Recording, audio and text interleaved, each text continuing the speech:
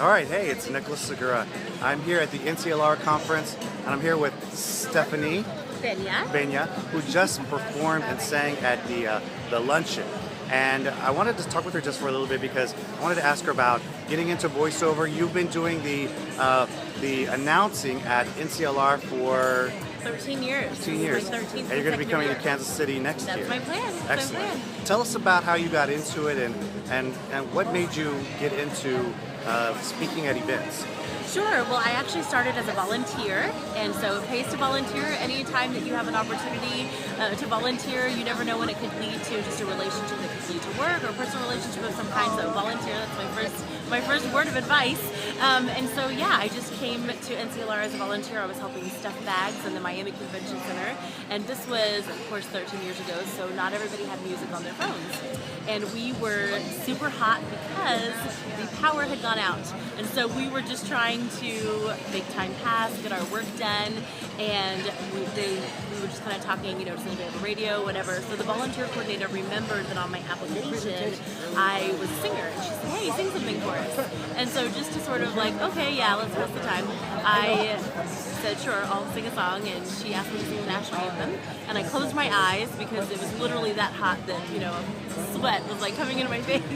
And when I opened my eyes, the producer was standing in front of me, and he said, hey, we would love for you to sing the national anthem at an event later this week. Would you be interested? I said, of course. And he set it up. Later that night, I get a phone call from a number that I don't recognize, but I get this voicemail from the producer saying, hey, I know that I just asked you to sing. I don't know if you're an actress or anything of the sort, but sometimes those go hand in hand. So just in case, we're in need of a voice announcer. Would you be interested? And I said, absolutely, I would be interested. Please. So he said, great, come by the production office first thing in the morning. He handed me a script, and he said, great, you're performing that in an hour. And the rest is history.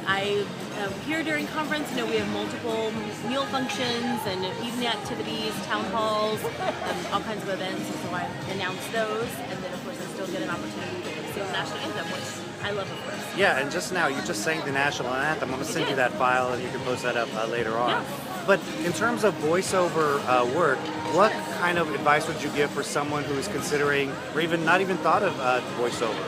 Definitely. Voiceover work is so much fun. For me, being a singer, coming from a performing live on stage background, it's kind of a perfect combination of pre-recorded work, because we pre-record a little bit of it, like on sponsored packages and that sort of thing. It's kind of a perfect marriage between pre-recorded work and still that live aspect that's so much fun, and just I love the live stage. So it's really awesome.